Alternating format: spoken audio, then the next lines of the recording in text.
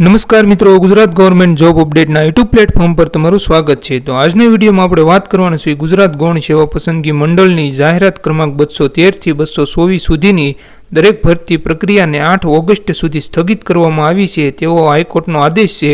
તો એના વિશે થોડીક વાત કરી લઈએ। ગૌણ સેવા મંડળની લઘુત્તમ 40% માર્ક લાવવા અંગેના નિયમ પર એક ઉમેદવારે ગુજરાત હાઈકોર્ટમાં પિટિશન કરેલી હતી, જેની 6 તારીખ આવી હોવા છતાં ગૌણ સેવા મંડળે પોતાના કોઈ પ્રતિક્રિયા કરી ન હોવાથી 25 જુલાઈના રોજ જજ સાહેબે જાહેરાત ક્રમાંક 213 થી 224 સુધીની દરેક ભરતી પ્રક્રિયાને 8 ઓગસ્ટ સુધી સ્થગિત કરવાનો આદેશ કરેલ છે, જેથી આગળની ભરતી પ્રક્રિયા 8 ઓગસ્ટ પછી ખબર પડશે।